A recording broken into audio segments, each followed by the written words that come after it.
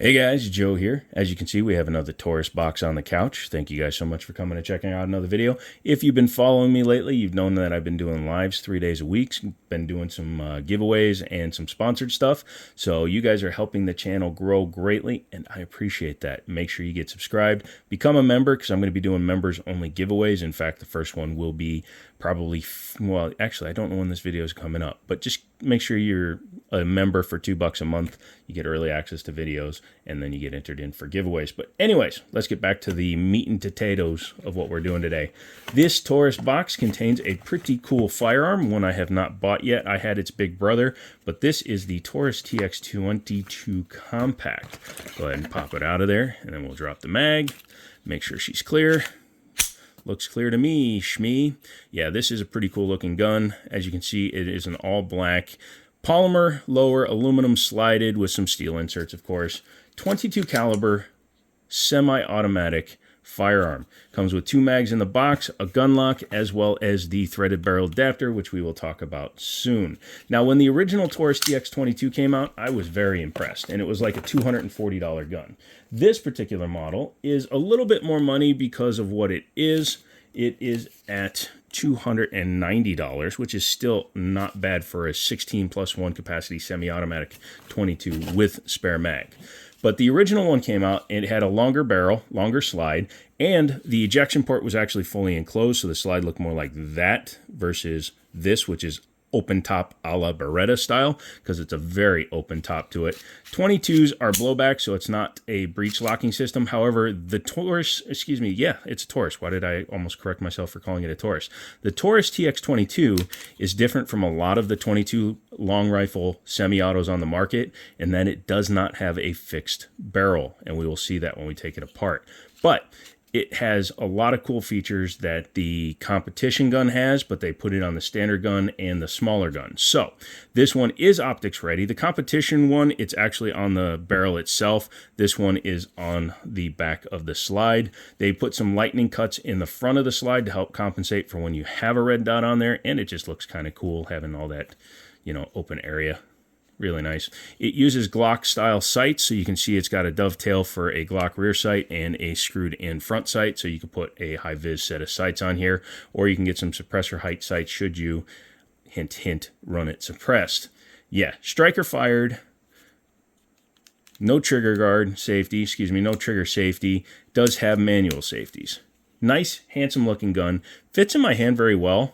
I was surprised because being the compact, I was worried that the grip wouldn't feel that good, but it's actually really nice. Now, it has panel texturing, but nothing up here. If I were to buy one, hint, hint, I'm probably buying this one, I would have my guy Greg at Liberty Arms stipple it up here. You don't need to do anything up here. Normally, I have him stipple these, but since it's got these cutouts, it's actually a shelf that you can run your finger on. Plus, this being a 22 long rifle, it's not going to have much kick. Has a single slot pick rail on the front, and it is pick rail, not proprietary. That's nice.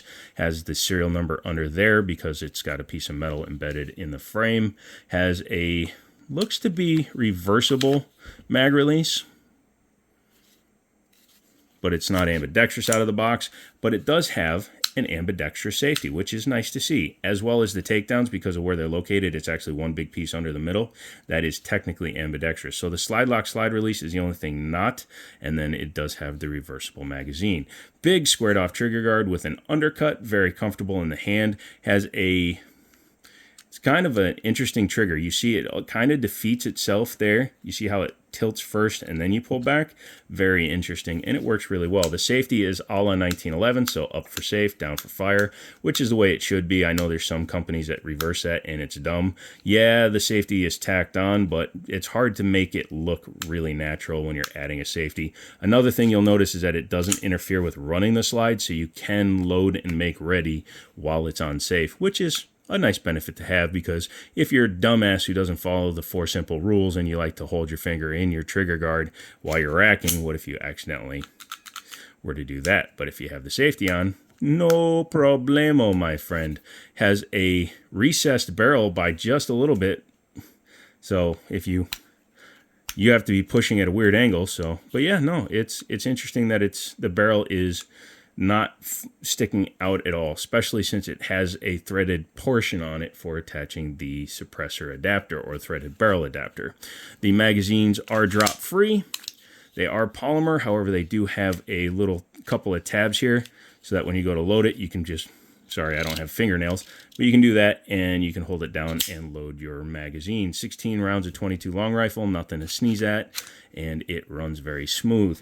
Polymer frame, aluminum, mostly aluminum upper with steel inserts for like the chamber and stuff. We'll see that when we take it apart. And yeah, it's pretty interesting. Let's talk about the trigger pull. And yes, this gun is dry fire safe. I wouldn't recommend doing it like a billion times. I would just get a snap cap if you intend to do it a lot. But if you just want to do some home dry firing, it's not going to hurt it. This and the SIG P322 are both considered dry fire safe. The Glock 44, they say don't do it. None of the Umarex stuff, so the Beretta, the Colt, Gold Cups, any of those that are built by Umarex are not dry fire safe. Make sure you check with your manufacturer. But once we make sure it's clear, we can go ahead and pull the trigger back, and you can see it's got some take up, but it's not a heavy take up. In fact, you heard me slide it through the wall actually. So the thing I don't really love is the fact that the wall's a little bit soft. Like there's nothing that really is stopping it at the wall. It just, I can tell there's just about a half pound pressure increase, but it's not like a real wall that you can crack through. It just, you come up to the wall and then you pull a little more and it just goes. Very short trigger once it's at the wall, which I do like. And the reset is right back where it was, so you can come right back into the next shot. Not bad. The optics cut appears to be cut for, I'll have to see, does it have plates in here? I don't see plates. So that looks to be a like RMSC. So not the full size, but the compact size, which I believe optics like the, please forgive me if I'm getting it backwards, C to K, but like a 407 or 507 will fit on there. And then you have a pretty cool light sight. And yeah, then you have a really nice setup. It does come with the threaded barrel in the package here. Sorry, it's got a bunch of grease on it, so I'm not taking it out. But I will show you what to do if you decide that you want to swap it out. Let's go ahead and tear it down. So make sure it's empty. Yep, we've done it. Pull back on the two, on technically the one tab, you can see it runs underneath, but pull under the tab, right? Let it go, pull the trigger, push it forward a little bit, and then you're just gonna lift straight off. It doesn't have to go the full length of the gun. So let's go ahead and take the guide rod out. Interestingly, it is captive, and it drops on the floor with no problemo. So we'll lay that down there. It's a double spring, which is nice, especially considering that it is a 22 caliber. That is overkill, so that's why these guns shoot so well. And as I was saying, this is one of the few 22 long rifle semi-autos that has a removable Browning style lockup. It's basically just fixed in place by the gun being in, like when it's in here, when it's in lockup. You'll have to forgive me. So yeah, you can see that when it goes in there, it actually locks around, kind of around the thingy itself. The thingy is the technical term we'd use here on the Jiminy Show. But yeah. But it almost appears fixed in place, but since you can remove it easily, it isn't. Looking at the slide, like I said, it is aluminum with just a steel insert for the chamber area. That's all you need for 22 long rifle. Has a drop safety back there, and there's your striker tube. Very nice.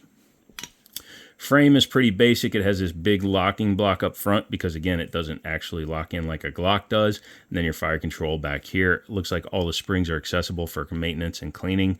So you can spray some gun scrubber in there, clean it off really well, and then put a couple of drops of oil on there. I will say I don't see why they didn't run an ambi safety because it wouldn't have been that hard. Although they do have the drop safety all the way over. But they didn't have to do the safety, the slide lock all the way back there either. Anyways, not bad overall. Reassembly. Oh, as you can see, there's flat edges on the barrel itself. You would use a tool to take that off, attach the barrel adapter for the threaded barrel, and then you can suppress it. We are not going to be doing that tonight because my suppressor is locked up right now. Go ahead and put your barrel back in place. It does not lock up, so keep that in mind. So it does move a little bit, but the recoil spring holds it in place. And then when you are ready to put it back together, bring the slide and everything to a point where it just kind of nestles on top of the gun. And I missed, so hold on a second. No, I didn't. It's on there. Just looks like it's elevated a little bit. I'm going to pull it apart one more time just to make sure, because I'd hate to have a massive 22 long rifle explode on me. Nope, it was fine. Polymer guns, man. They are a little bit see-through-y. I just didn't notice that from before. Wow, it's a lot of play. But anyways, that is the Torx TX22. I think they're a great value because they're very inexpensive for what you get. For $300, you're getting a red dot capable 16+1 22 long rifle that is very reliable. So if I do pick one of these up, it will be for the 2024 safe, and I will make sure to add a little comment in the community tabs or something and letting you guys know. If you want to become members of the channel, I would not say no to that. Also, if you become a member at the $2 level or higher, you get entered into drawings every month for gift cards. For now, maybe we'll work it all the way up to like an actual firearm that I will send to a FFL of your choice, things like that. But we need to grow the channel before I can throw all that fun stuff at you. Let's go TFB TV. I'd love to give away like 3 guns a month. That would make me so happy. But you guys have to do your part. Hit the like, comment, subscribe, hit all that stuff. Come back for the next video. And as always, I'll talk to you later.